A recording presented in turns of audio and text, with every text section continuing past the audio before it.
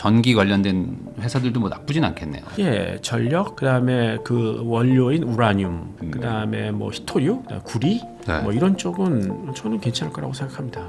저는 사실 주식에 투자할 때 지금은 반토막 날 수 있다고 각오하고 있어요. 네. 근데 어차피 갈 수밖에 없기 때문에 기다리겠다 그 얘기죠, 저는. 예.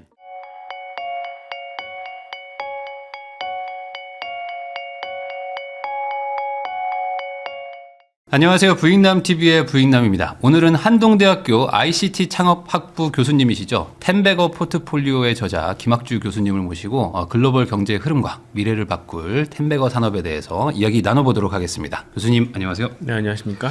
네, 또 저희 채널 처음 나와주셨는데 네. 그 텐베거라고 하면 사실 모두의 꿈이잖아요. 어찌 보면 모든 투자자들이 10배 버는 걸 싫어하는 사람 없잖아요. 네, 네. 근데 이거를 거꾸로 반대로 얘기하면 그만큼 하기가 힘들어서 그런데 이게 그나마 요즘에 나왔던 것들이 이제 뭐 AI 뭐 네. 관련된 뭐 GPU 뭐 이런 것들에서 많이 나왔잖아요. 네, 네.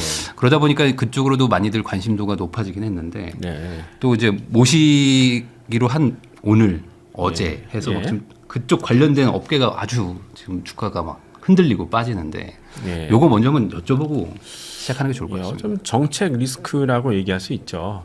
그래서 뭐 이제 새롭게 이 연준 의장으로 이제 등장을 하는 이 케빈 워시가 이제 시중의 유동성을 빼겠다는 거지 않습니까? 근데 2008년 이후에 계속 이 세계 경제가 어느 정도는 그 가격 거품의 힘으로 유지된 부분이 있었습니다. 워낙 부채가 늘다 보니까 그거를 해결하기 위해서는 결국 자산의 가격을 높여야 되는 거 아니에요? 그러니까 약간 버블을 만들어서 그거를 완충시킨 부분이 있었는데 이 사람이 이제 아직 젊잖아요. 네. 1970년생일 거예요. 반면에 전 의장이었던 뭐 제롬 파월 같은 경우에 1953년생. 그러니까 젊은 혈기에 어떻게 보면 잘못하면 뇌관을 건드릴 수 있는 거 아니겠어요? 예, 그러니까 거기에 대한 이제 그 걱정이 있는 거죠. 예. 그러면은 그 케빈 워시가 지명되고 가뜩이나 조금 뭐 올라 있는 상태에서 네.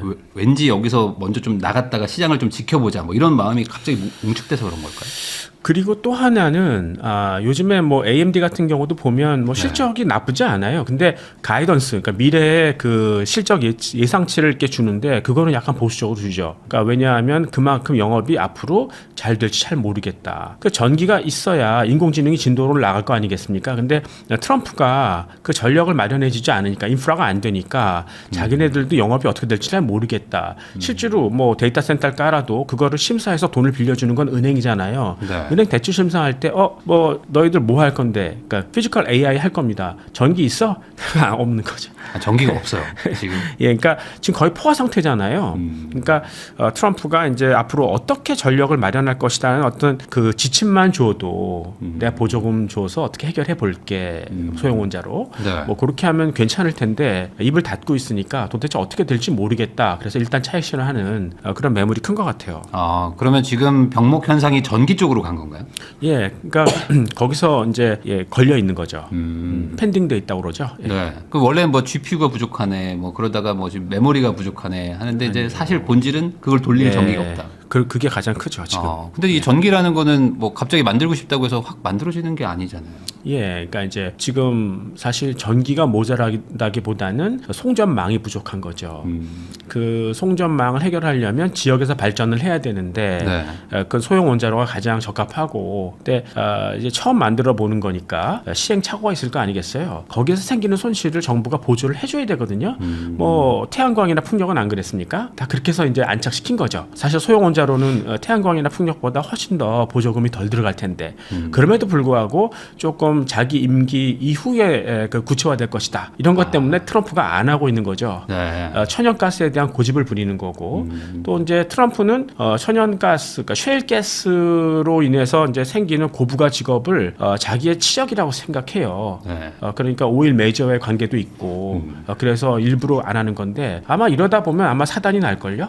예, 그 사단이 나면 트럼프도 어쩔 수 없겠죠. 그러면 결국에는 AI 관련된 투자나 이런 것들이 성장에 상당한 영향을 주고 있다고 저는 들었는데 그게 지금 이 전기 부족, 뭐 송전망 부족으로 인해서 그 충격이 오면은 트럼프도 좀 생각을 좀 바꿀 것이다. 예, 그러니까 사실 AI하고 저기 IT 붐 2000년대 일어났던 예, 그 차이가 뭡니까? 그러니까 90년대 말, 2000년대 초, 요때는 이제 그 인터넷이 세상을 바꿀 것이다.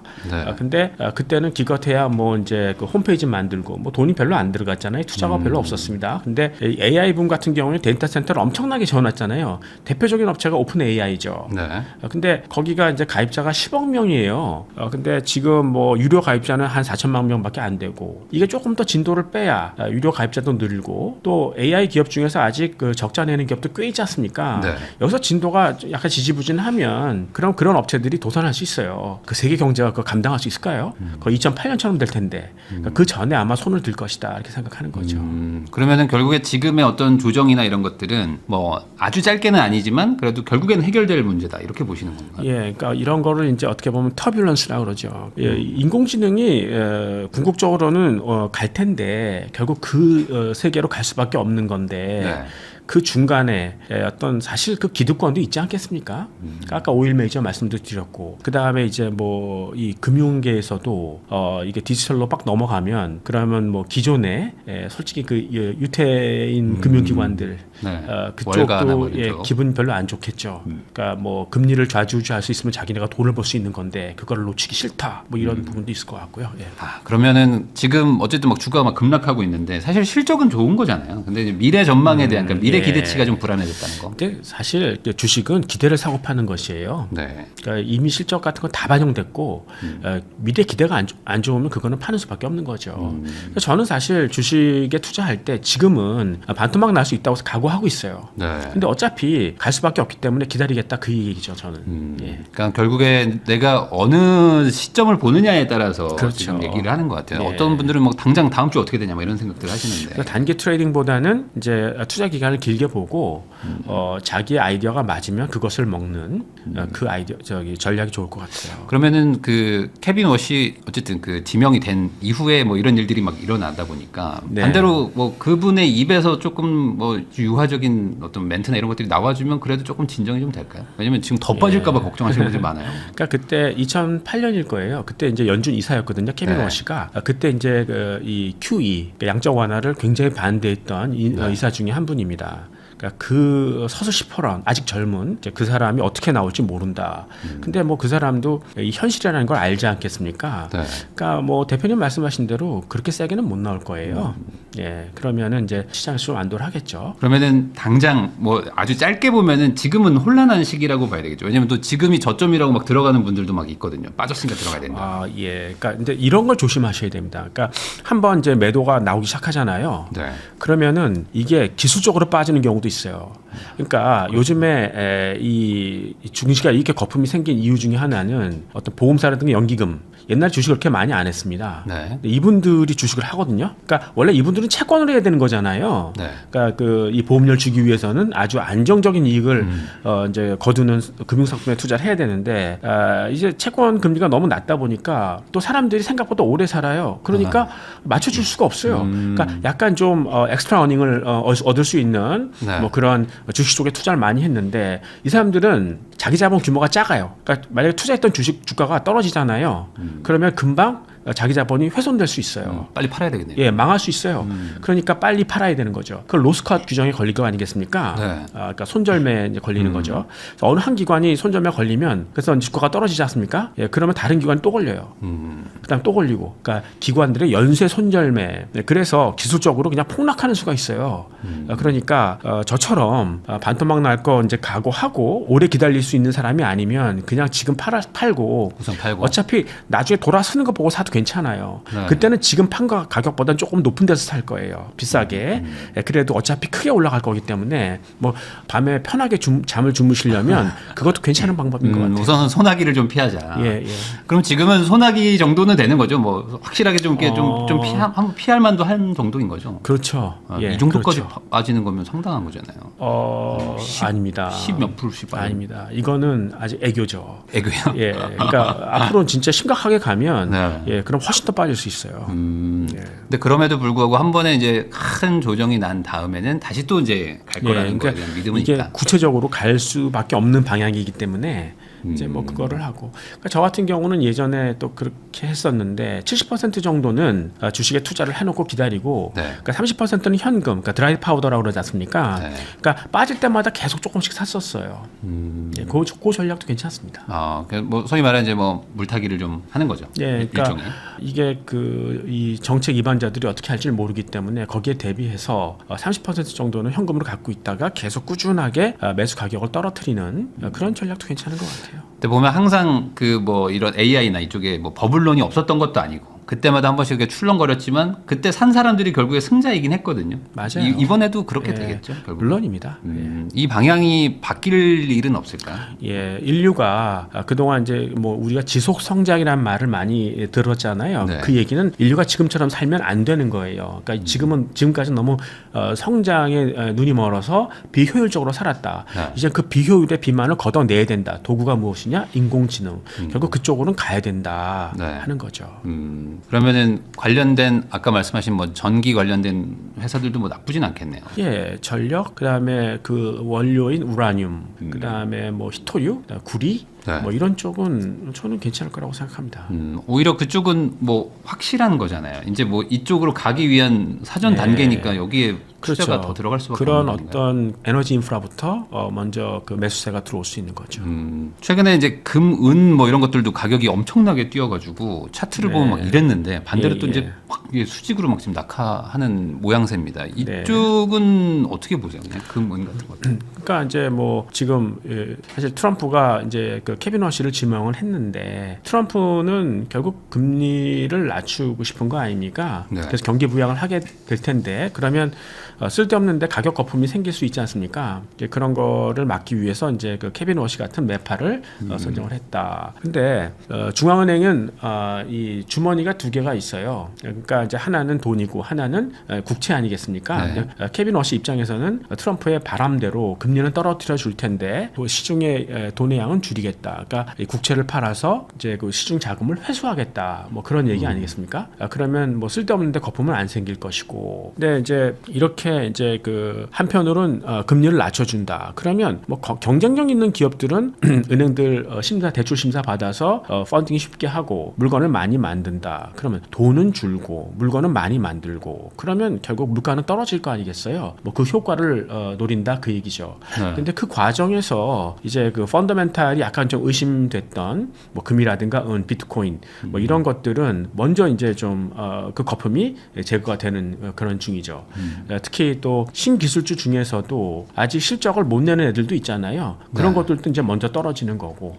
예, 근데 여기서 이제 옥석이 가려져야 되는 거 아니겠습니까? 그게 이제 트럼프의 역할이에요. 케빈 워시의 그 역할은 하여튼 시중에서 돈을 줄이는 것까지. 그러면 트럼프는 규제를 완화하고 또 에너지 인프라 그쪽에서 어떤 방안을 마련해주고 결국 돈이 금이나 은 같은 펀더멘탈이 약간 좀 모호한 곳에서 진짜 일을 할 수 있는 그러한 신기술주로 넘어오도록 유도하는 게 트럼프의 역할이다 이렇게 말씀드릴 수 있겠습니다. 그러면은 지금 이번에 또 막 이렇게 급락하니까 결국에 그 급락의 원인으로 보는 것들을 이게 너무 버블이다. 그러니까 이게 버블이 이제 뭐 꺼지는 거다라는 얘기들이 막 또 다시 보면 나오거든요.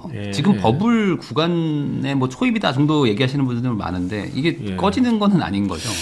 이제 뭐 이제 학습에서 이제 그 추론으로 넘어가는데. 네. 지금 인공지능 추론 쪽에 대표 업체가 이제 그 테슬라 아니에요. 그러니까 로봇이니까 지금 휴머노이드 시장을 그 대변하고 있는 게 테슬라인데요. 네. 테슬라의 시가총액이 1.4조 달러예요. 그러면 뭐 S&P 500이 한 2.3% 정도밖에 안 되거든요. 네. 근데 미국의 그 산업기계 그 시가총액이 한 그와 비슷합니다. 거기서 이제 그 휴머노이드로 많이 대체되는 부분도 있을 테고 또 글로벌 미국만 하는 게 아니잖아요. 글로벌리 또 그런 시장이 생길 거고 앞으로 이렇게 보면 휴머노이드는 이제 시작 단계에 불과한 거죠. 그러면 돈이 있어야 또 그런 휴머노이드를 이용할 수 있지 않느냐? 사람이 뭐 돈이 한에서 떨어지냐? 이렇게 생각하는데 아니에요. 그러니까 인공지능 추론이 우리 생활에 들어오면 확실히 다른 쪽에서 이 경비를 절감시켜 줍니다. 그러니까 대표적인 예가 이 미국의 가게들 분들의 그 자산 가계 지출 중에서 제일 많이 들어가는 건 거주비죠. 네. 근데 그 두 번째가 자동차 운영비예요. 그러니까 근데 16% 정도 되는데 그중 3%는 이제 그 연료비니까 13%는 이제 자동차 관련된 고정비들이지 않습니까? 네. 만약에 우리 둘이 그 자동차를 공유로 했다 자율주행이 돼가지고 그럼 6.5%씩 나눠 이제 절감할 수 있는 거 아니겠어요? 네. 그 정도만 해도 엄청나게 큰 규모예요.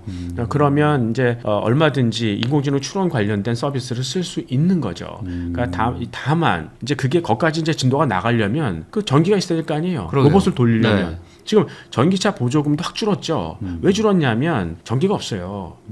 전기차를 많이 팔아도 그 돌릴 전기가 없다는 거죠. 네. 예, 그래서 결단을 사실 이 트럼프가 이제 지금은 그걸 계속 이제 막고 있는데 이제 언젠가는 그 보조금을 주면서 해결해 줄 것이다. 뭐 이렇게 생각하는 거죠. 그럼 결국에 이제 장기적으로는 원전으로 가는 거고, 네. 중단기적으로는 뭐 태양광이라든지 뭐 이런 친환경 쪽으로 우선 가든지 이쪽으로 갈까요? 쉽지 않을 거예요. 바다에는 이제 풍력이 많고, 그다음에 이제 사막에는 이제 태양광이 많은데, 거기까지 네. 이 송전망을 들이대기가 어렵고요.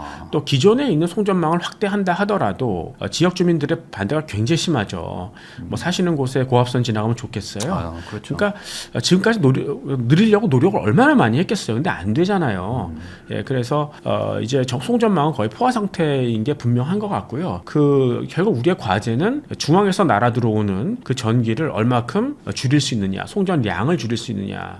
결국 그거는 지역의 발전을 조그맣게 만들고 또 지역 전기의 과부족을 이제 조정할 수 있는, 그러니까 이 발전기의 가동률을 조정할 수 있는 딱 그 두 가지 요건이 필요한데 적합한 게 소형 원자로예요. 그러네요. 조그맣고 그 다음에 이제 가동률도 20%에서 100% 사이에서 이제 조정할 수 있고. 네. 다만 아무리 소형 원자로라 하더라도 이것도 건축의 개념이라고요. 만들 때. 그렇죠.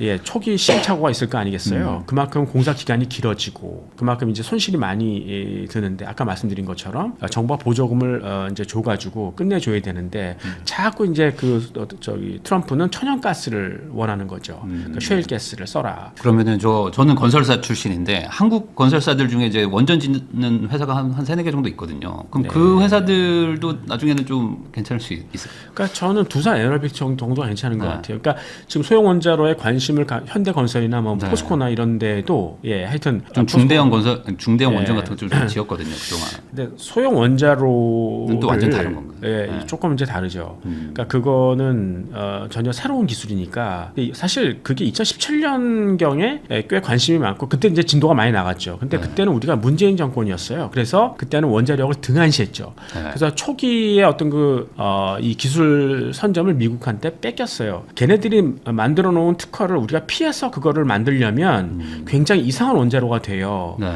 그래서 두산 에너빌트를 왜 좋게 보냐면 걔네들은 원전을 안 하겠다는 거예요. 그리고 원전 기자재만 하겠다. 누가 이겨도 나는 거기에 들어가는 부품만 만들, 열 교환기나 뭐 증기 발생기 같은 것만 하겠다. 말 된다. 차라리 그게 낫다. 네. 괜히 그거를 뭐 미국 따라하기보다는 뭐 그런 생각이 좀 들었습니다. 그러면은 지금 어쨌든 AI 관련해 가지고 지금 흔들흔들 하고 있는데 그러다 보니까 지금 코스피도 그렇고 뭐 코스닥도 그렇고 지금 뭐 상황이 네. 좋지는 않습니다. 특히 이제 뭐 반도체 삼성전자랑 하이닉스가 이제 막 출렁거리니까 네. 주가 또 오늘 잠깐 장중에 5천이 또 무너지더라고요. 네. 그런 걸 보면은 한국 시장도 좀 안 좋은 건지 어떻게 보세요? 그러니까 지금 이제 메모리 반도체 같은 경우 아까 이제 뭐 AMD 뭐 브로드컴 같은 것도 말씀을 드렸지만 지금 실적 잘 나오지만 네. 그러니까 미래가 전기가 없으니까 진도 안 나간다. 그럼 미래 실적이 생각보다 못할 것이다.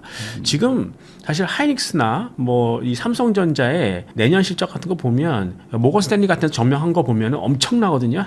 네. 어마어마하거든요. 어마어마해요. 200조 넘고 막 그런데. 그러니까 그게 약간 좀 오버플로운 된 거죠. 너무 이제 과잉해서 기대가 된 게 아닌가. 거기에 대한 어떤 심판이 있지 않을까. 그러니까 그렇게 됐으면 좋은데, 그러니까 메모리 반도체가 물론 쇼티지에 나는 거가 있고요.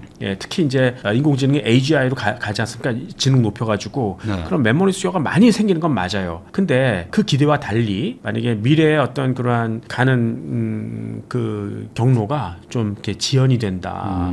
이렇게 되면 오히려 더 크게 빠질 수 있는 거죠. 그러니까 그러니까 전기가 안 되면 어차피 메모리도 안 되는 거잖아요. 네네네. 그러니까 다 거기서 지금 뭐 허덕허덕거리는 거예요.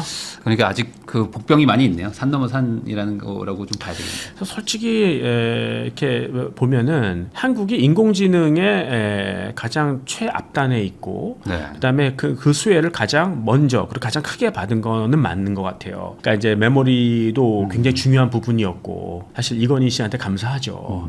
그다음에 두 번째는 요즘에 나오는 그 피지컬 AI, 그러니까 인공지능 뭐 학습시켰으면 그 다음엔 추론으로 넘어가서 결국 거기다가 어떤 물리적인 어떤 그러한 이 형태를 입혀야 이제 경쟁력을 발휘할 수 있는 거 아니겠습니까? 네. 근데 그 피지컬 AI에서 제일 중요한 게 뭐냐면 진화예요. 인공지능이 사람의 뇌를 따라갈 수 없는 이유가 뭐냐면 사람은 상황 속에서 모든 걸 학습해요. 네. 근데 인공지능은 또 낮게 데이터로 학습을 하거든요. 그래서 못 따라오는 거거든요. 예를 들어서 숲에 뱀이 있다. 그럼 인공지능은 뱀은 숲에 사는 것, 기어다니는 것, 그리고 독이 있다. 그래서 뭐 이렇게 가는 거죠. 근데 사람은 숲에 들어갔다 잘못 들어가서 뱀한테 물리면 죽을 수 있다. 어떤 의미적으로 그거를 해석을 한다고요. 그게 다른데 하여튼 이 휴머노이드가 어디서 일합니까? 생산 공정에서 일하잖아요. 네. 그러니까 지금 그 휴머노이드에 필요한 그러한 데이터라는 것은 이 공정에서 이제 돌아가는 데이터들이에요. 그 공정 기술을 가장 이제 앞서 가고 있는 그런 기업들이 한국 기업들이라고요. 그러니까 우리는 그거를 왜 잘하냐면 우리는 부품을 잘 못 만들었어요. 일본 애들은 부품을 잘하잖아요. 정밀기계니까. 근데 우리는 좋은 부품을 못 만드니까 네. 결국은 고객들이 우리 제품을 산다고 했을 때 그거를 빨리 만들어야 돼요. 그리고 그 사람들의 마음이 변했을 때, 그러니까 수요가 바뀌었을 때 그거를 빨리 쫓아갈 수 있도록 공정을 바꿔야 돼요. 그러니까 이 공정에 대한 이 이해력이 굉장히 높고 지금 그러니까 이제 이 휴머노이드가 공정 어디에서 어떤 실수를 할 수 있을 것이다 하는 도메인 날리지를 가장 많이 갖고 있는 것은 현대차를 비롯한 우리나라 기업들이에요. 그러니까 공장을 돌릴 줄을 아는 거죠. 그렇죠. 우리나라는. 예, 그러니까 사실 뭐 휴머노이드가 부품을 만드는 건 아니잖아요. 네. 공정에서 일하는 애들이 그렇죠. 있지 않습니까? 예, 그러니까 지금은 이 한국이 메모리 반도체, 피지컬 AI 가장 앞단에 있다. 그래서 인공지능의 수혜를 가장 먼저 크게 보는 건 맞는데 최근에 약간 좀 과열이라고 생각하는 거는 이게 이 개인들이 예금 인출 사태가 일어나잖아요. 네. 이거는 너무 과한 것 같아요. 지금 우리나라 사람들의 어떤 자산 배분을 봤을 때, 이 주식은 너무 조금이다. 그러니까 이제 정부가 계몽을 하는 것 같아요. 네. 너희들은 부동산이나 이런 예금 이런 데보다는 주식에 투자하는 게 낫다. 뭐 이렇게 네. 얘기를 하는 것 같아요. 그래서 예금 인출 사태도 나고 심지어는 증시도 이제 국내 기관이 끌고 있고. 네. 지금 신용대출 다 막히더라고요. 주식 담보, 예. 뭐 신용이든 뭐든 다 막히더라고요. 거기에 꽉 대해서 찼다고. 어떻게 생각해요? 선생님께서? 장기적으로는 좀 너무 좀 그렇죠. 좀 불안하죠. 왜냐면 여기 또 한번 빠지기 시작하면은 또 같이 또. 그러니까 우리나라의 그 자산 배분이라는 게 네. 너무 이제 부동산이나 예금 쪽으로 가 있으니까 조금 이 주식으로 오는 거 나는 그거는 맞다고 생각하는데 네. 굉장히 바람직한 네. 부분이긴 한데 그러려면 결국은 기업이 건강해야 되는 거잖아요. 그러니까 한국에 장기 투자할 수 있을 만한 그런 믿을 만한 기업들이 어디 있냐는 거예요. 그러니까 미국 기업들은 핵심 경쟁력을 잇는 기업들이 많죠. 네. 그러니까 장기 투자할 수 있습니다. 근데 이제 반도체만 하더라도 이거는 굉장히 사이클을 타는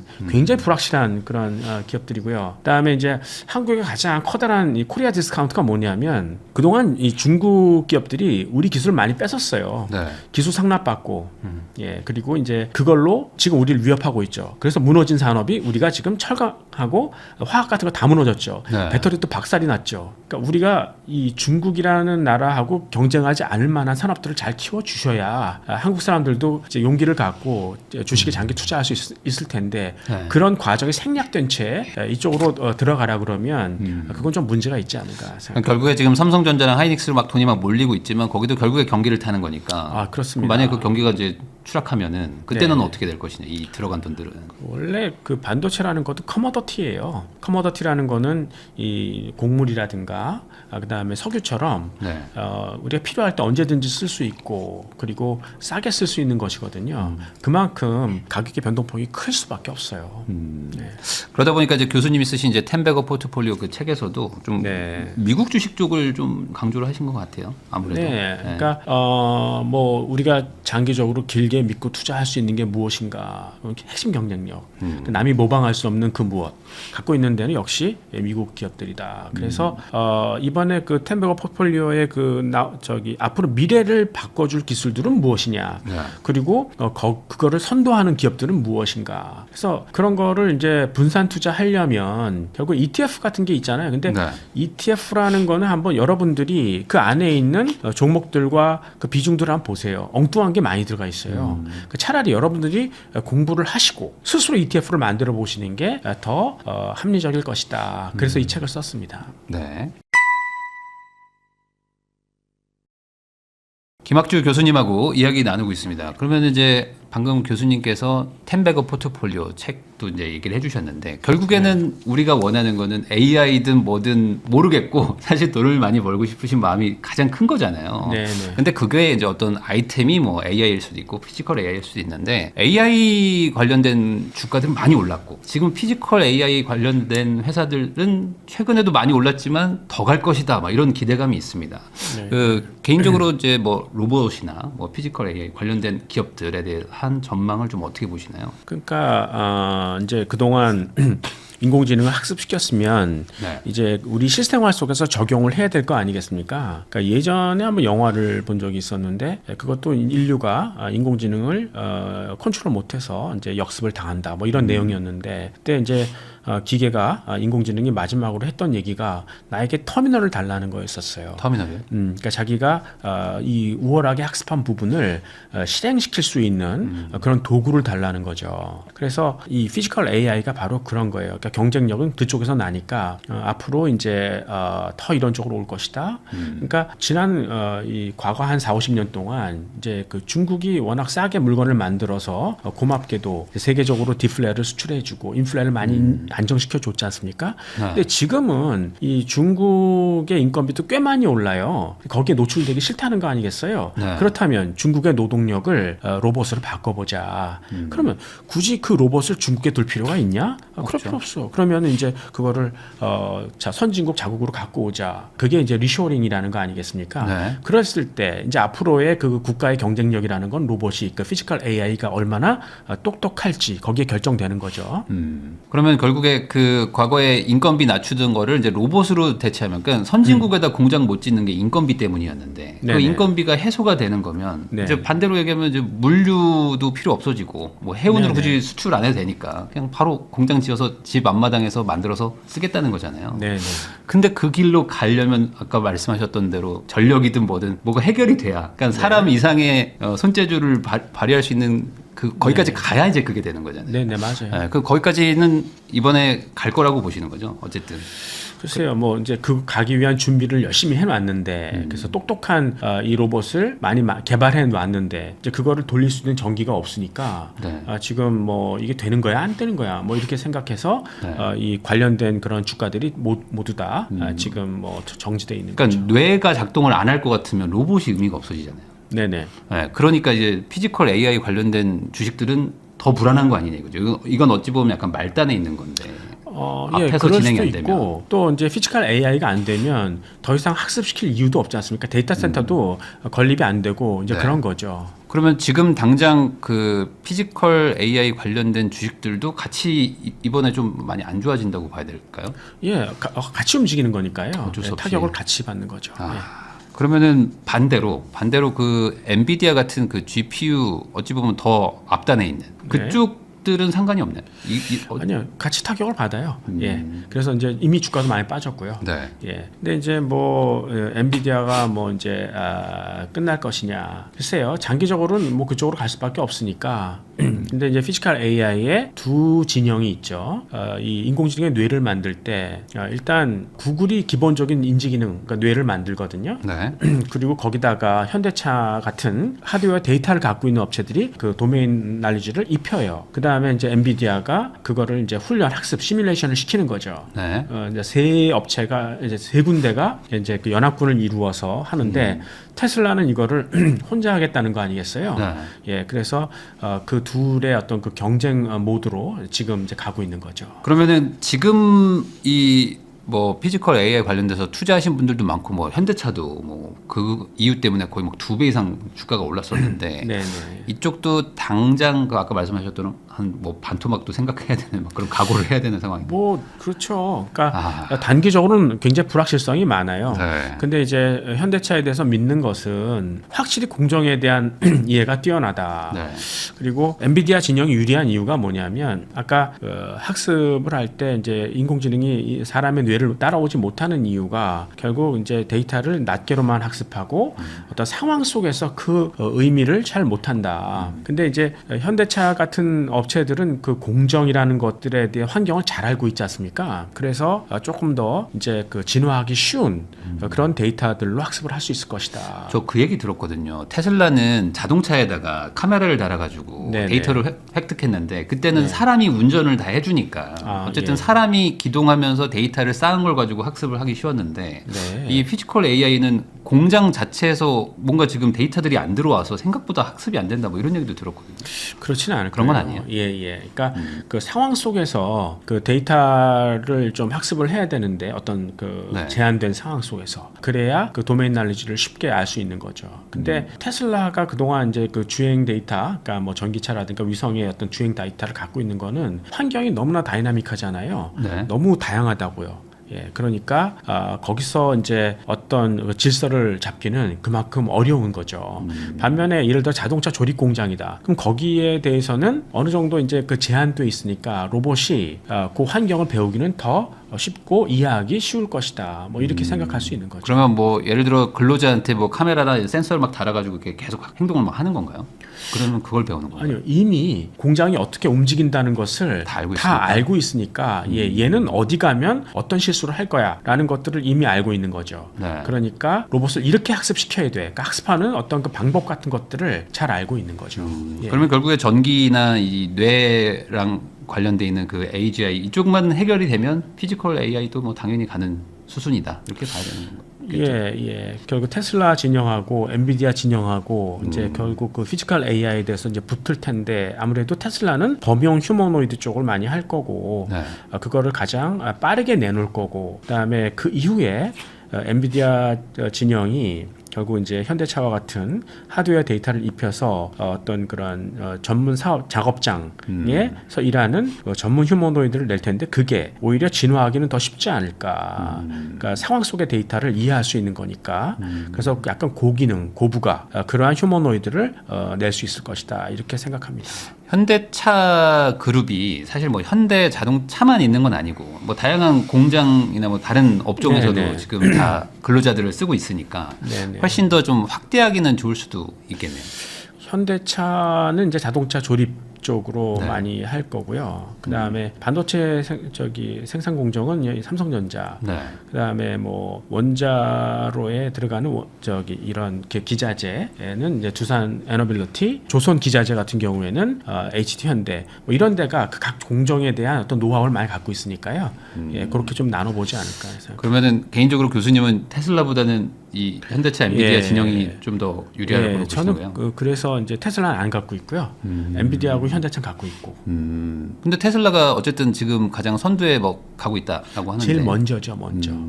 그러니까 전기차하고 이 위성에 대한 그 네. 하드웨어 데이터를 가장 먼저 피드백 시켜가지고 한번 그 진화를 시켜본 가장 먼저 경험을 갖고 있고 네. 이거를 다른 로봇하고도 이제 그 공유하는 거죠. 그러니까 오버 디 에어라고 하는데요, OTA. 그러니까 그거는 이제 이 노하우를 다른 로봇에서 적용시켜가지고 전체적으로 이 로봇을 스마트하게 하는 것을 제일 먼저 한 업체가 테슬라인데 시간이 지날수록 아마 걔네들이 갖고 있는 데이터의 한계 테슬라는 스스로 데이터를 다 모아야 되잖아요. 네. 근데 이 엔비디아 진영은 뭐 현대차, 삼성전자, 뭐 두산 에너빌리티 이런 데서 다 오니까 네. 아무래도 물론 걔네들이 각자 뭐 하드웨어 데이터를 갖고 학습을 시키겠지만 공통되는 부분도 있을 거 아니에요. 그러니까 엔비디아 그 시뮬레이션 플랫폼이 훨씬 더 테슬라보다는 많은 데이터, 다양한 데이터를 학습할 수 있을 것이다.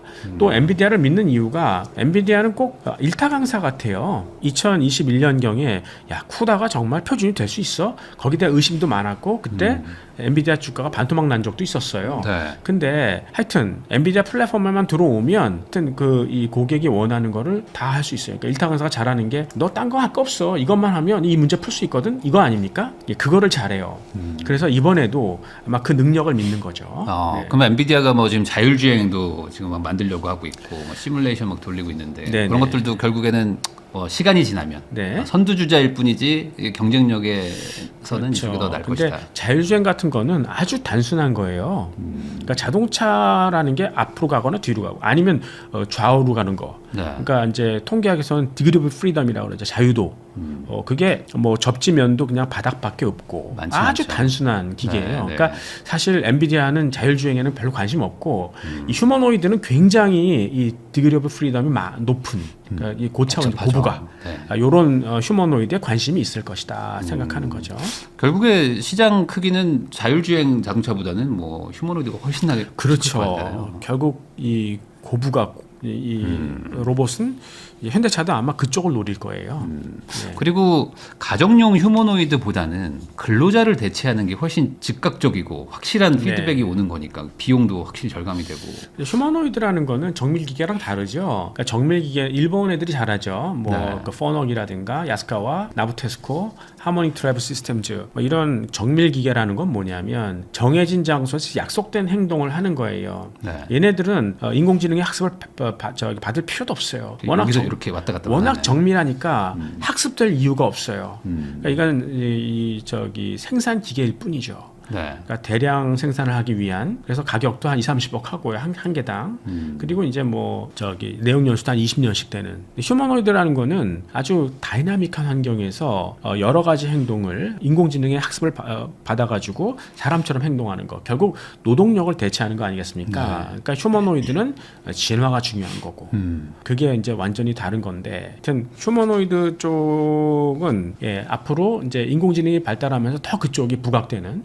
그렇게 볼 수 있겠어요. 그러면 이쪽에서 책 제목처럼 텐베거 나올까요? 예. 이제. 저는 뭐 충분히 가능성이 있다고 생각하고 그리고 이제 아까 일본의 정밀기계 업체가 이제 인공지능하고 상관이 없다고 했는데 걔네들도 그 정밀기계를 인공지능으로 모을 수 있거든요. 그러니까 정밀한 행동을 한 기계가 여러 가지 행동을 할 수 있는 거죠. 그럴 수 있죠. 그러니까 걔네들은 지금 돈을 벌고 있잖아요. 근데 당장 인공지능을 장착해서 여러 일을 할 수 있으니까 그거는 오히려 가장 먼저 수혜를 볼 수 있는 게 아닌가. 일본 쪽. 예, 뭐 그런 생각도 좀 있고요. 네.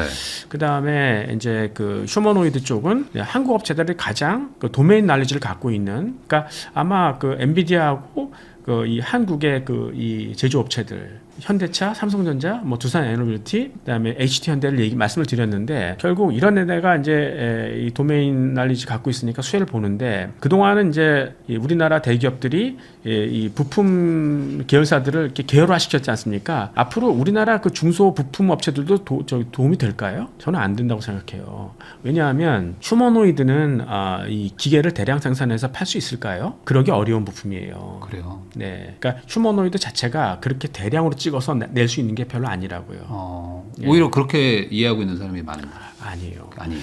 예, 그러니까 만약에 그렇게 대량 생산해서 이제 뭐 좀 싸게 만들었어도 만약에 더 똑똑한 놈이 나오면 어떻게 되나요? 바보 되는 거예요. 그러겠네요. 그러니까 휴머노이드라는 거는 이 진화를 시킬 수 있는 그 플랫폼 여기서 돈을 버는 거지 그 도메인 날리지를 갖고 있는 애들이 돈을 버는 거지. 예, 이거를 뭐 대량 생산해서 찍어낸다. 그러니까 중국이 지금 가장 앞서가 있죠. 네. 저는 중국 기업들이 지금 적자 많이 내고 있거든요. 얘네가 인공지능 학습으로 더 이제 뛰어나게 해서 돈을 벌 수 있을 것이다. 그렇게 생각하지 않아요.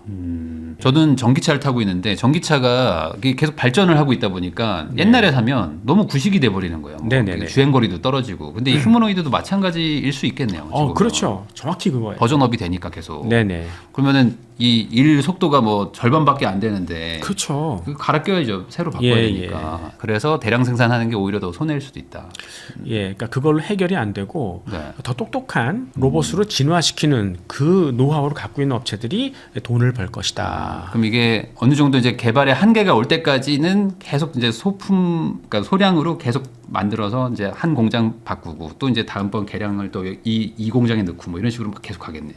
네, 네, 그렇습니다. 그래서 오히려 대량 생산해서 한 번에 쓰겠다가 안 될 수도 있다. 그러면 지금 그 현대차 아까 얘기를 해주셨는데 현대차가 원래는 이제 뭐 PER이나 뭐 이런 것들 항상 낮게 잡고 뭐 자동차 회사니까 뭐 안 된다 이렇게 했었는데 최근에는 휴머노이드 회사 중에 가장 싸다 뭐 이런 식으로 이제 약간 인식의 전환이 바뀌고 있거든요. 네. 이 휴머노이드가 이제 뭐 탑재가 되면은 현대차는 뭐 테슬라만큼은 아니더라도 어쨌든 상당 부분 좀 멀티플을 좀 많이 받을 수 있을까요? 근데 제가 예전에 젊었을 때 자동차 애널리스트였었어요. 네. 예, 근데 여러분들이 이해하지 못하는 게 뭐냐면 그러니까 현대차의 그 생산 공정에서의 노하우를 여러분들이 알고 계세요? 모르죠. 예, 그러니까 그거를 모르고 그냥 사시는 것 같아요.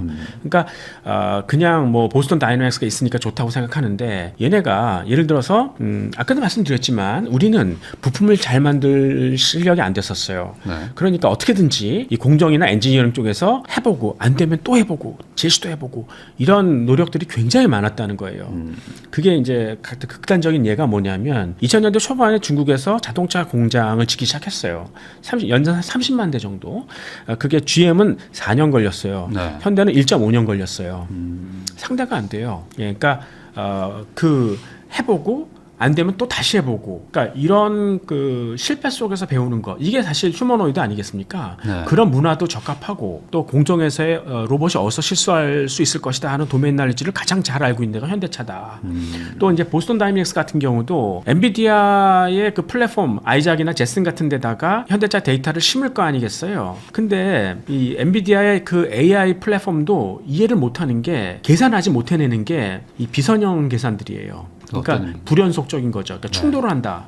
아니면 마찰을 연속적으로 한다. 뭐 이런 경우는 이 계산이라는 게 갑자기 확 바뀌잖아요. 불연속이라고요. 네. 그런 것들은 되게 어렵죠, 사실 하기가. 근데 그런 하드코어 하드웨어의 기술을 갖고 있는 데가 보스턴 다이내믹스예요.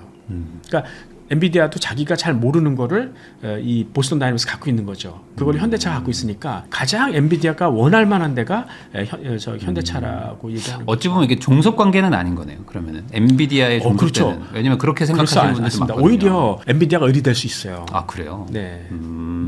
그러면 현대차 뭐 그룹 관련해서 앞으로 전망이 되게 밝다 이렇게 봐도 될까요? 그러니까 현대차가 지금 자동차 산업을 하는데 연간 한 13조 원 정도의 순이익을 내거든요. 네. 근데 쇠퇴기로 접어들었지 않습니까? 네. 근데 이 쇠퇴기로 접어든 기업들의 어떤 상징적인 PER이 5배예요. 그러면 기업 가치가 한 자동차 부분만 65조 원이다. 뭐 이렇게 볼 수 있죠. 근데 이 현대차가 이 엔비디아 진영에 한 뭐 10대 파트너로 선정이 돼서 점유율 한 10% 정도 차지하면 그 시가총액이 한 100조 원 정도 되거든요. 네. 네, 그러니까 현대차는 이 중단기적으로 한 65조 원에서 165조 원으로 가는 그 과정 속에 있다. 이렇게 저는 이해하고 있고요. 지금 이 시총이 한 90조 원 되죠. 지금 90조 정도. 네, 근데 저는 뭐 조정은 받을 수 있다고 생각하지만 저는 뭐 편안하게 생각하고 있습니다. 길게 들고 가는 것을 뭐 크게 걱정할 필요는 없는 정도다. 네. 그 휴머노이드 관련해서 뭐 현대차만 있는 건 아닌데 아까 말씀하셨던 기업들일까요? 딱 투자할 만한 것들이 뭐 글쎄요, 이제 휴머노이드에서 중요한 게 이제 뇌. 네, 그럼 엔비디아도 결국에는 엔비디아도 투자할 있고, 만할까요? 뭐 이제 구글, 현대차. 그러니까 네. 현대차 같은 데가 가장 그 이 도메인을 갖고 있으니까 좋고, 그 다음에는 모터가 중요해요. 네. 그러니까 모터가 사실 심장이나 마찬가지고 모터가 틀어지면 그 밑에 있는 감속기부터 시작해서 다 틀어지는 거죠. 그래서 사실 모터는 일본의 나부테스코라든가 하모닉 드라이브 시스템즈가 잘 만들거든요. 네. 근데 그건 너무 비싸고 또 이렇게 중요한 기능을 남한테 의존한다. 이거는 허락할 수 없는 거죠. 약간 자동차 엔진 같은 건가요? 그렇죠. 그러니까 테슬라도 자기네가 내재화하겠다. 네. 뭐 이렇게 하는데 모터를 한번 까보면 그 안에 구리선이 막 감겨 있어요. 그러니까 구리 수요도 되게 많겠죠. 그러겠죠. 저는 이제 지금 우리가 구리를 편하게 쓰고 있지만 앞으로 점점 쇼티지, 그러니까 모자랄 것이다. 그래서 미국의 구리광산, 프리포트 맥모란 뭐 이런 업체들도 괜찮은 것 같고요. 그 다음에 로봇은 뭔가 이렇게 쥐잖아요. 근데 이게 너무 힘이 강해지면 떨어뜨려요. 그리고 미끄러지면 또 떨어뜨리는 거죠. 그러니까 거기에 관련된 센서, 그러니까 force and tactile 센서를 만드는데도 한번 볼 필요가 있을 것 같은데, 그러니까 이거는 일본 걸 써야 될 것 같아요. 왜냐하면 다른 데도 조금 있는데 영시원치 않아요. 그러니까 믿고 쓸만한 데가 일본에 닛다밖에 없는 것 같아요. 네. 예, 그리고 이제 그 중요한 게 전선 다발이죠. 사람도 혈관이 있고 신경망이 있지 않습니까? 그러니까 로봇은 게 전선이거든요. 네. 근데 로봇이 계속 구부리다 폈다 할 거 아니에요. 그럼 그거 끊어져요. 그러니까 관절 분야에서는 그 배선을 줄이고 요거를 이제 커넥터로 연결시키는 거죠.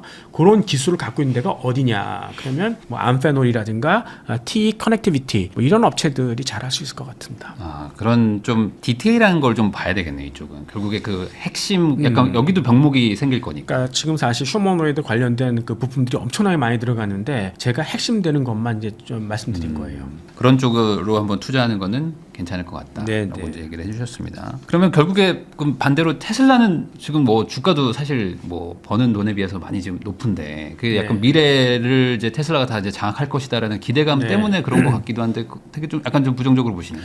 저는 사실 테슬라 그렇게 좋아하진 않아요. 그러니까 지금 이 로봇에 대한 기대를 한 몸에 갖고 계신데 글쎄요, 이제 추격자들이 이제 생기겠죠. 오히려 더 그 이 진화된 그 로봇을 만들 수 있는. 어찌 보면은 이거를 3명, 4명에서 뭉쳐가지고 각자 네. 잘하는 파트너들이 파트너십을 그렇죠. 하면 네. 혼자 하는 것보다는 더 잘할 것 같기도 하고. 그러니까 테슬라가 꽤 위험할 수 있어요. 그러니까 네. 혼자 하겠다는 얘기는 만약에 거기다 하다가 약간 문제가 생기잖아요. 그럼 그 문제가 산적해버려요. 그거 뭐 해결 못하니까 물론 이제 혼자 하면 일관 생산 체제이기 때문에 그만큼 원가 경쟁력이 있습니다. 그러나 잘 못하게 되면 그러면 이제 하이스카 리턴이 되는 거죠. 네. 예. 그런 쪽으로 좀 조심할 필요도 있다. 이렇게 얘기를 해주셨습니다. 텐베거 포트폴리오의 저자이시죠. 김학주 교수님하고 이야기 나누고 있는데요. 그러면은 지금 피지컬 AI도 얘기를 해주셨고, 그리고 이제 뭐 기본 AGI 쪽 관련해가지고 약간 지금 뭐 조정은 왔지만 여기도 길게 봤을 때는 갈 곳이다라고 얘기를 해주셨는데 그 외에도 뭐 바이오 얘기도 해주신 게 있어요. 바이오 쪽도 좋을 것이다. 그러니까 인공지능 추론 쪽에서 이제 로봇도 있지만 네. 사람들이 당장 돈을 내고 기꺼이 쓸만한 인공지능 서비스가 무엇이냐? 그럼 이제 죽기 싫으니까 네. 일단 돈을 써야 될 거 아니겠습니까? 네. 그러니까 이제 사람들이 열심히 저축해서 죽기 6개월 전에 다 쓴다는 말도 있어요. 예. 하여튼 지금 정부도 지금 문제죠. 그러니까 건강보험 재정이 이제 고갈되는 거 아니겠습니까? 요즘에 인구가 노령화되다 보니까 지금 여러분들 몸에도 계속 암세포가 생기고 있어요. 다만 그것을 면역세포가 와서 죽이는 거 아니겠습니까? 네. 근데 늙으면 결국 면역력이 떨어지니까 결국 암과 같은 치명적인 질병에 막 노출돼요. 그러면 이 정부 입장에서는 그 약을 다 줘야 돼요. 약이 비쌉니다. 미국에서 이 만드는 약이 비싼데 그걸 사다가 여러분들한테 싸게 나눠주는 거예요. 그러니까 보험 재정이 이제 고갈되는 거죠. 그러면 어떻게 해야 되느냐? 그러니까 인공지능을 통해서 그 문제를 한번 해결해 보자. 신약을 개발할 때 많이 들어가는 비용이 일단 신약의 후보 물질이 있지 않습니까? 근데 그것들이 어떻게 결합되는지에 따라서 그 독성이나 효능은 다 달라져요. 네. 그리고 그 후보 물질이 붙는지도 잘 모른다고요. 그러니까 그거를 계속 컴퓨터로 계산하고 있죠. 그러니까 제가 아는 기업도 몇 년째 그 최적의 조합을 찾으려고 계산을 하고 있어요. 아직도 몰라요. 그러니까 마치 뭐 백사장에서 바늘 하나 찾는 거하고 비슷한 거죠. 근데 그거를 인공지능이 금방 찾아준다. 그러면 이제 블록버스터가 되는 거 아니겠습니까? 네. 이 약 가격이 확실히 다운될 수 있는 거죠. 또 하나 이제 그 신약 개발할 때 돈이 많이 들어가는 게 임상입니다. 그러니까 약을 개발했으면 환자한테 한번 써봐야 될 거 아니겠어요? 네. 환자 모집 비용이 굉장히 비싼 거죠. 근데 지금 아바타를 만들어요. 예를 들어 암 환자면 암의 성분을 거기다 다 집어넣어 보는 거죠. 환자하고 똑같은 몸을 만들어 보는 거죠. 네. 거기다가 약을 쳐보면은 이제 알 수 있는 거죠. 아, 이게 지금 가상현실처럼 이렇게 하는 그렇죠. 건가요? 네, 디지털 트윈이라고 그러죠. 네. 그리고 이제 가장 결정적인 거는 여러분들이 한번 이제 쓰러지지 않습니까? 그때는 대책은 없어요. 비싼 약을 주는 수밖에 없는 거죠. 그러니까 정부의 관심이라는 거는 여러분들이 쓰러지기 전에 빨리 병원으로 보내야 되는 거예요. 그래서 알고 싶은 건 뭐냐면 여러분들의 실시간 건강 정보를 알고 싶은 거죠. 네. 그래서 그거를 이제 인공지능으로 계속 보는 거예요. 패턴을 딱 보니 이 사람 며칠 있다 아무래도 이런 쪽으로 쓰러지겠다 싶으면 빨리 병원으로 보내는 거죠. 네. 그래서 여러분들한테 이제 그 웨어러블 디바이스, 그러니까 몸에다 뭘 좀 착용해라. 그래서 당신의 실시간 건강 정보를 알고 싶다. 하는 거. 그래서 거기 원격 의료 아니겠습니까? 그래서 이제 지금 그런 업체들이 조금 이제 그 부각을 받고 있는데 뭐 한국에서도 시어스 테크놀로지라고 있었어요. 걔네들이 이걸 지향하고 있는데 아직 규제가 우리나라는 제대로 해결이 안 돼서 본격화하고 있지 못하지만 그래도 이 원격 의료를 통해 가지고 병원에서 이제 저기 필요로 하는 어떤 행정 인력들 간호사를 비롯해서 뭐 이런 거는 이제 대체를 하면서 비용을 절감하니까 여기에 굉장히 관심이 많더라고요. 네. 그 정부가 그 약간 건강 정보들을 우리나라가 좀 많이 갖고 있어가지고 이쪽을 AI, 뭐 한국형 AI로 좀 발전시키겠다 뭐 이런 얘기를 한 게 있었던 것 같은데. 예. 우리나라도 약간 그쪽으로는 경쟁력이 있는 건가요? 이 의료 AI? 예. 데이터도 많이 있으니까. 근데 이제 그 규제가 아직 해결이 안 돼서 본격화되려면 그것부터 먼저 이제 풀어줘야 되는 거고 또 하나 이제 인공지능이 가장 빛을 발할 수 있는 데가 미생물이에요. 네. 이 인공지능이 제대로 일을 하려면 데이터가 많아야 되고 그게 좀 약간 특이적인 데이터라야 될 거 아니겠습니까? 근데 바로 미생물이 바로 그렇다는 거죠. 그래서 미생물은 지금까지 별로 이렇게 미국 FDA가 신약으로 인정을 안 해줬었어요. 그 미생물이 뭔지 장내 미생물이죠. 장내 미생물을 개발하는 거예요. 네. 그러니까 요게 이제 장내 미생물이 하는 역할들이 되게 많거든요. 네. 근데 미생물이라는 거는 독성은 없어요. 근데 이 약효가 약간 좀 모호하다는 거죠. 알 수도 없고, 그다음에 미미하고. 근데 이 최근에 이제 이 미생물 신약이 이제 뜨기 시작하는 거죠. 왜 약효가 없냐? 그거는 사람마다 장내 미생물 환경이 다 틀리다. 그러니까 맞춤형으로 안 주니까 그렇지. 근데 맞춤형을 아는 사람들이 별로 없어요. 근데 그 데이터만 알고 있으면 얼마든지 효과는 낼 수 있다는 거죠. 그러니까 제가 창업한 회사가 하나 있거든요. HEM 파마예요. 그러니까 그 업체가 이제 글로벌 이 미생물 신약 기업이 될 수 있는 그런 데이터들을 갖고 있어요. 그래서 뭐 예를 하나 들어드리면 여성분들이 이제 갱년기로 접어들면 호르몬, 그러니까 에스트로겐이 확 줄어들죠. 그러면 잠도 못 주무시고 굉장히 부작용이 많아요. 근데 콩을 먹지 않습니까? 그럼 그 안에 있는 이소플라본, 그거를 미생물이 분해를 해서 에쿨이라는 물질이 나오거든요. 그게 여성 호르몬을 어느 정도 대체할 수 있어요. 도움이 되는 거죠. 근데 어떤 분들은 미생물이 없어서 그거를 분해를 못 해요. 그러면 더 증상이 심각해지는 거죠. 그러면 HM 파마는 그 중에 어떠한 미생물의 체인이 끊어졌으니 그쪽을 더 보강해 주는 거죠. 뭐 그렇게 되면 이제 정상적인 어떤 기능을 할 수 있는 것, 뭐 이런 거고. 또 하나 예를 들어드리면, 예를 들어서 뭐 지금 면역 항암제 중에서 가장 잘 나가는 게 키트루다. 근데 면역 항암제 쓰면은 일단 면역을 건들기 때문에 막 이 염증 반응이 확 일어나요. 가장 먼저 오는 게 장이죠. 장염이 걸리면 그래서 이제 항암 받는 사람들이 하루에 변을 30번씩 보고 그러면 생활이 안 돼요. 그러겠죠. 어디 외출을 할 때도 어디에 화장실인지부터 확인해야 되니까. 그런데 만약에 파괴된 장내 미생물을 잘 복원시켜서 그 염증을 훨씬 완화시켜 줄 수 있다. 뭐 이러면은 굉장히 좋은 거죠. 이게 그동안은 개발하기 되게 어려웠기 때문에 안 됐던 거죠. 근데 이게 AI랑 엮이면은 훨씬 더 이제 단축되니까 시간이. 그렇습니다. 그러니까 이 미생물에 대한 도메인 날리지가 있는 데가 미국이 아니었어요. 미국은 화끈한 뭐 항체나 뭐 화학약품을 많이 했었고 오히려 유럽이 해서 특히 독일 같은 데가 잘했었죠. 근데 제가 이제 세운 이 HM 파마의 H가 뭐냐면 홀자펠이에요. 그러니까 비렐름 홀자펠이 살아있는 어떤 미생물 연구자 중에 가장 논문도 많이 쓰시고 레전드죠. 그분이 독일의 시약처장도 하셨고 뭐 이제 막스 루브너의 의장도 오랫동안 하셨고 이 미생물의 도메인 날리지를 굉장히 많이 알고 계셨고 그래서 이제 그분의 도메인 날리지와 인공지능을 합해서 이제 새로운 솔루션을 해결해 나가는 그런 업체를 볼 수 있겠습니다. 결국에 이 바이오 쪽은 뭐 AI 인공지능과 엮여가지고 잘 될 거라고 말씀을 해주셨는데 그 반대로 여기는 뭐 기존의 의사들도 있고 어찌 보면 인공지능을 거부하고 싶은 분들도 많을 거잖아요. 엄청나게 많을 거고 이제 뭐 제약회사라든지 뭐 기존의 그 업계들이 있을 텐데 이게 되냐? 이 원론적인 문제가 있을 것 같습니다. 그러니까 이제 요즘에 인공지능이 이제 멀티모달이라고 그러죠. 그러니까 여러 가지 데이터를 막 학습을 해요. 그래서 과거에는 뭐 텍스트나 이런 것만 봤지만 요즘에는 이제 환자의 어떤 그러한 소견서 같은 걸 막 보는 거죠. 그리고 이제 MRI나 CT 같은 것들을 또 막 봐요. 화면을. 그리고 이제 의사고시 문제를 막 풀고 있더라고요. 네. 아마 의사고시에서 수석하는 게 인공지능일 것 같아요. 그렇다고 들었어요. 예, 그럼 내과 의사 같은 사람들은 조금 긴장을 하셔야 되는 거죠. 제가 또 이제 창업한 기업 중에 하나가 암을 조기 진단하는 그런 기업이에요. 네. 보통 이제 암 진단이라는 게 그 3, 4기가 많지 않습니까? 무슨 의미가 있어요? 근데 여기는 1, 2기가 정확한 거죠. 그래서 한번 저기 병원에 제시를 해봤습니다. 이 기계가 이 환자는 암인 것 같다. 근데 의사가 그걸 못 찾아요. 근데 정형이 너무 작으니까 네. 그러니까 기계가 좀 실수한 것 같습니다. 근데 나중에 암이 드러났어요. 네.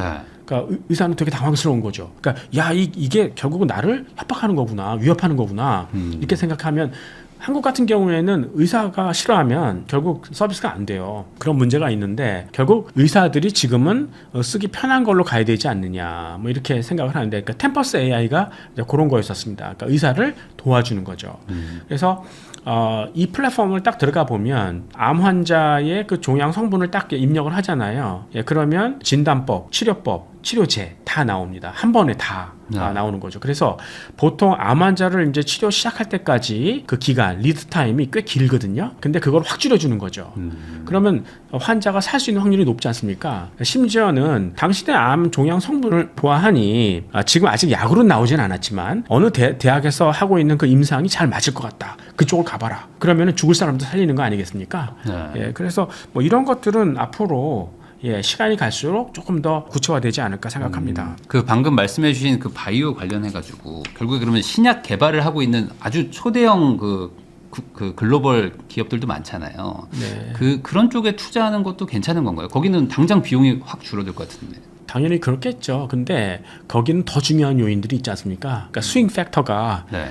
이 AI가 들어가서 되는 것도 있지만 신약을 개발했다 실패해버리면 그냥 망하는 거니까 훨씬 더 주가에 큰 영향을 주는 여러 가지 이유들이 있겠다. 네. 이렇게 볼 수 있겠습니다. 그 아까 얘기해 주신 것들을 쭉 또 정리해 보면은 결국에는 뭐 자율주행 차든 로봇이든 결국에 다 전기로 움직이는 것이고 이런 것들은 뭐 전선을 꽂고 있는 거 아니라면은 당연히 이제 배터리를 가지고 가는 거잖아요. 그렇죠. 예. 그러면 배터리 수요도 아주 폭발적으로 늘어나는 거 아니냐라는 생각들로 좀 이어질 것 같기도 한데. 물론입니다. 근데 중요한 이게 부분이죠. 그러면 이 배터리 쪽에서는 이제 전고체 배터리가 나오면 이제 그때부터 이제 폭발적으로 성공하는 걸까요? 왜 전고체 배터리를 쓰려고 하냐면 지금은 전해질이 액체잖아요. 네. 근데 로봇은 충돌할 수 있잖아요. 그러면 액체 전해질이라는 게 희화성 물질이거든요. 불이 나면 어떡하냐? 예, 폭발할 수 있어요. 네. 그러니까 조금 더 안전한 고체로 바꾸자. 근데 전고체라는 것은 아무래도 고체니까 이온의 전도성이 떨어질 거 아니겠어요. 그 다음에 이게 전해질도 고체, 전극도 고체. 그러면 서로 접착이 잘 안 돼요.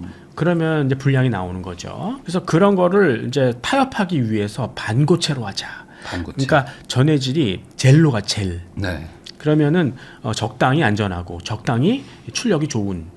근데 휴머노이드는 고출력이 필요하거든요. 그러니까 출력을 조금 더 높일 수 있는 조치를 취합니다. 한 두세 가지 정도로. 네. 그게 이제 그 리튬 폴리머 전지라고 하죠. 그래서 일단 이거는 출력이 높기 때문에 중국의 리튬 인산철 LFP보다는 한국의 니켈 코발트 망간 요게 좀 유리하지 않느냐. 그래서 한국이 조금 괜찮지 않을까 이렇게 생각하는데 이 리튬 폴리머 전지가 2015년에 거의 특허가 다 만료된 거예요. 그러니까 오래된 기술이라는 거예요. 네. 그러니까 중국 애들도 충분히 할 수 있는 거고 중국은 이미 뭐 로봇을 만들고 있지 않습니까? 이 리튬 폴리머 전지의 그 생산 인프라도 있어요. 그러니까 이미 공급을 많이 늘려놓은 상태죠. 예. 그럼에도 불구하고 한국이 조금 더 유리할 수 있지 않느냐 이렇게 얘기하는 건 뭐냐면 고출력 전지라는 거는 위험하잖아요. 근데 중국도 배터리 품질이 꽤 많이 올랐습니다. 한국하고 거의 비슷하죠. 근데 편차가 있어요. 그러니까 불량이 있을 수 있다는 거예요. 만약에 그걸 썼다가는 이거는 고출력이니까 폭발할 수 있잖아요. 네. 그러니까 초기에는 일단 신뢰성이 있는 한국산 배터리를 쓰지 않을까 하는 게 첫 번째고 뭐 두 번째는 아무래도 이제 미국이 중국을 많이 이제 좀 아무래도 좀 압박을 견제하지 하죠. 않습니까? 네. 그 사이에서 이제 한국이 조금 더 이제 뭐 수혜를 보지 않을까. 또 휴머노이드 초기에는 수요가 많이 늘잖아요. 그러니까 중국이 공급 과잉을 깔아놨다 하더라도 그거를 어느 정도 수요가 높은 수요가 소화해주지 않을까. 그래서 뭐 한국이 좋지 않을까 생각하는데 시간을 길게 보면 결국은 중국하고 다른 걸 못하잖아요. 그럼 잡히게 돼 있어요. 그러니까 우리가 이제 배터리가 망한 이유가 그거 아닙니까? 중국이 생산 잘해요. 우리도 같이 잘해요. 필요 없어요. 걔네 규모를 보면 원가가 상대가 안 돼요. 네. 똑같은 거 해서는 안 된다는 거죠. 그러면 결국 중국이 못하는 거는 아까 그 전해질을 고체로 만드는 전고체 있지 않습니까? 네. 그거 소재 못해요 중국이. 그걸 누가 잘하냐면 미국의 퀀텀스케이프, 그 다음에 일본의 도요타나 뭐 이제 파나소닉 이런 데가 네. 하거든요. 그러니까 걔네들이랑 우리가 이제 제휴를 해야 되는 거죠.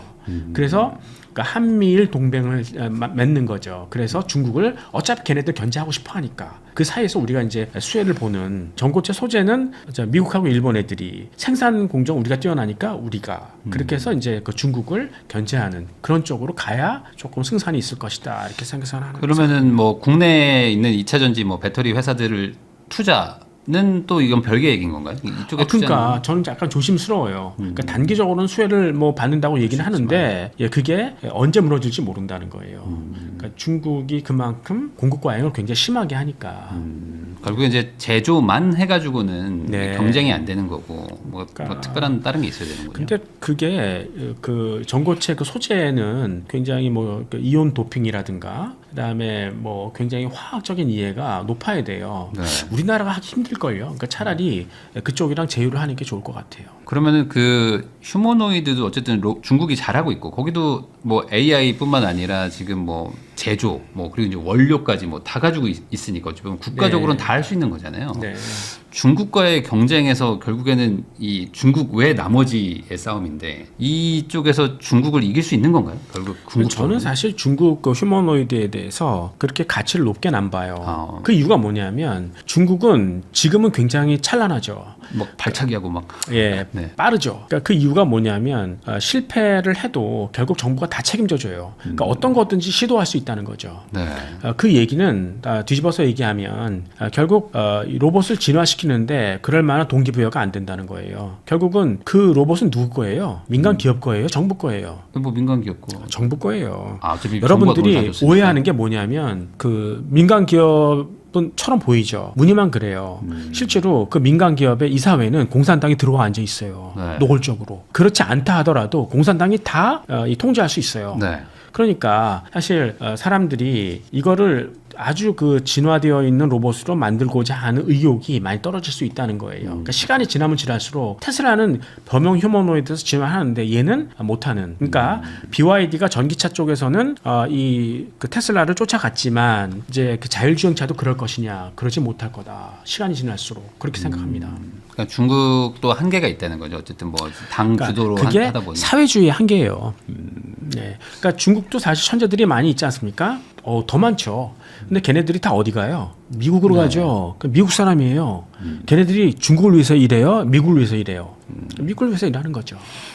그러면 결국에 이 앞으로 세상이 뭐 많이 바뀔 거라는 거에 대해서는 이견들이 없을 것 같고 아마 네네. 10년만 지나도 지금 뭐 일론 머스크는 뭐 2030년만 돼도 뭐 인간은 일 안 해도 될 것이다. 뭐 이제 뭐 저축도 필요 없다. 뭐 이런 얘기까지 하고 있는데 이제 막 초지능 나오고 하면은 결국에는 이제는 인간의 어떤 가치나 이런 것들은 점점 좀 내려가는 거는 이건 피할 수 없는 길이겠죠.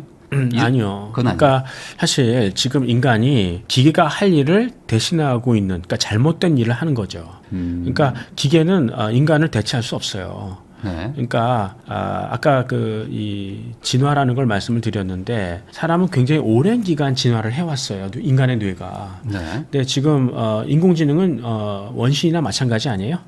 이제 진화를 시작하는 거예요. 물론 어떤 그런 정해진 어떤 틀에 박힌 그다음에 계산이 가능한 그 분야에서는 굉장히 빠르게 진화할 거예요. AGI가. 그러나 얘네가 흉내낼 수 없는 거죠. 그러니까 예를 들어서 이제 팩트 파인딩을 한다거나 기존의 어떤 그런 주어진 현실 그런 거는 기계가 이제 해야 될 일이고, 근데 이제 미래를 예측한다거나 이런 거는 사람이 할 수밖에 없는 뭐 그런 일들이 있습니다. 하여튼 사실 그 센서 자체가 틀려요. 네. 그 사람의 눈하고 기계의 카메라를 한번 비교해 보세요. 그러니까 어떤 공장에서 연기가 나와도 사람은 그거를 딱 봐도 이게 화재인지 아니면 증기인지 아니면 안개인지 금방 구분한다는 거예요. 컴퓨터는 한참 계산해야 돼요. 그리고 이거를 이제 답을 내거든요. 그러니까 기본적인 차이가 있어요. 그래서 지금까지 인류가 너무 빠르게 성장하는 과정에서 기계가 할 일을 인간이 대신한 부분이 있다는 거죠. 그러니까 인구가 줄 건 분명해요. 네. 그러니까 너무 쓸데없는 일을 인간이 많이 하는 과정에서 이렇게 어찌 보면 인간이 과도하게 많아졌던 거죠. 그렇죠. 기계가 없었기 때문에. 앞으로 출산율이 떨어지는 게 너무 당연한 것 같죠.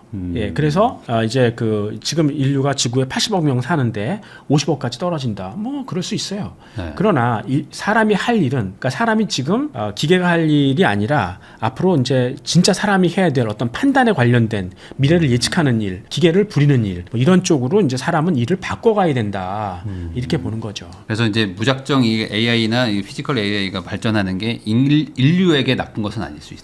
예, 결국은 조금 더 스마트한 사회로 바꿔가는 거죠. 그럼 이제 마지막으로 이런 그 사회의 변화가 있을 때 결국에 이제 책 쓰신 것처럼 이제 템베거도 나올 텐데 네. 이 템베거 투자를 하는 어떤 그 원칙이랄까요, 뭐 본질이랄까요, 이런 얘기를 마지막으로 한번 해주시면 좋을 것 같습니다. 이게 항상 그 올라가지만은 않잖아요.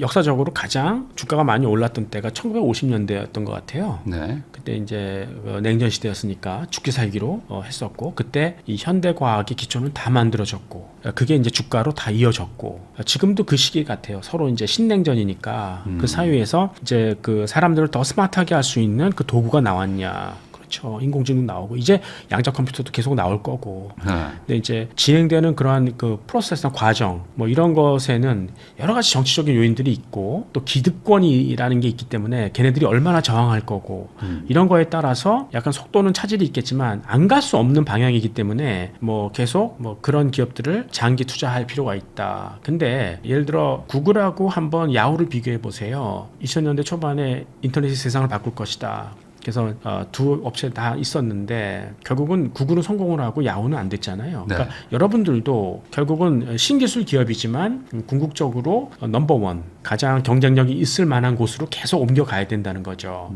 예, 그리고 또 이 테크놀로지컬 시프트가 있을 수 있기 때문에 그 분산 투자를 해야 된다. 그래서 공부를 해보시고 1등 종목으로 ETF를 스스로 만들어 보는 거 그런 것들이 되면 이제 세상이 어떻게 바뀌는 걸 또 아니까 투자뿐만 아니라 여러분들의 어떤 잡 선택이라든가 뭐 이런 쪽에 도움이 많이 될 거로 보고 있습니다. 너무 막 두세 개로 막 집중 투자하는 거는 좀 위험하다. 예, 그러니까 새로운 기술이 막 튀어나올 때는 어느 쪽으로 갈지 모르는 거니까 여러 군데 분산 투자해 보는 게 좋을 것 같습니다. 만약에 뭐 인공지능이 지금 뭐가 이길지를 모르면 그냥 그걸 다 사라는 분들도 있거든요. 그냥 다 사놓으면 되는 거 아니냐라는 얘기도 예, 있는데. 그러니까 하여튼 그 중에 경쟁력 있는 걸 대표주로 그냥 쭉 한번 분산 투자해 보는 게 좋을 것 같습니다. 그러니까 결국에는 갈 수밖에 없는 그 산업, 그 길에 투자하면 뭐 어쨌든 뭐 중간에 부침은 있겠지만 네. 그래야 이제 뭐 10배도 벌고 100배도 버는 게 아닌가 그렇게 네. 얘기를 해주신 것 같습니다. 지금까지 한동대학교 김학주 교수님을 모시고 지금 뭐 글로벌 정세부터 우리가 이제 미래 산업은 어떻게 갈지에 대해서 한번 이야기 나눠봤는데요. 이 내용들 잘 참고하셔가지고 좋은 선택하시기를 바라면서 저도 교수님하고 인사 나누도록 하겠습니다. 오늘 나와주셔서 감사드립니다. 네, 고맙습니다.